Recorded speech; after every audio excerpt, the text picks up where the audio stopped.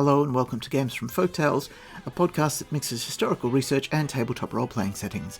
I'm your host, Timothy Ferguson. For this quite short episode, the way my podcast account works, I've got to keep this episode under 5 minutes. Proportionality bias and the creation of fairy roles. One of the cognitive fallacies which fuels real-world conspiracy theories is proportionality bias. This suggests that large effects need to have large causes. At its most extreme, Descartes suggested God was necessary because there were minds, so something greater than a mind needed to cause the mind.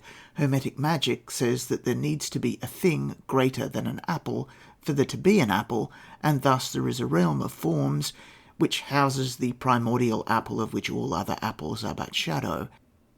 In more recent discussion, the example often given is the belief that a lone gunman could not have shot JFK. It is counterintuitive to many people. In mythic Europe, this bias takes on an extra danger because it can create roles for fairies to slip into. If an archbishop dies falling out of bed, and that's unbelievable enough that a counter-story circulates about a conspiracy to do him in, fairies may take the roles of the conspirators. If the story explains the goals of the conspiracy, the fairies may blithely continue along that road toward a terrible event merely because the humans around them are forcing the story upon the fairies. The fairies' actions create physical evidence which strengthens the story about the conspiracy until a community constructs the instrument of its own doom. This serves as one explanation for characters who are tormented by fairies.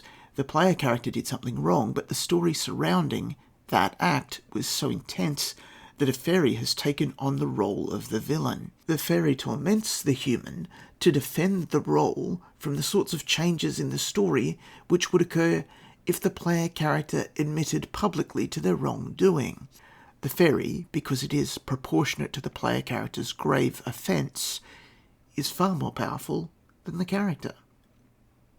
Next week we go back to full-length episodes with a look at some Cornish giants.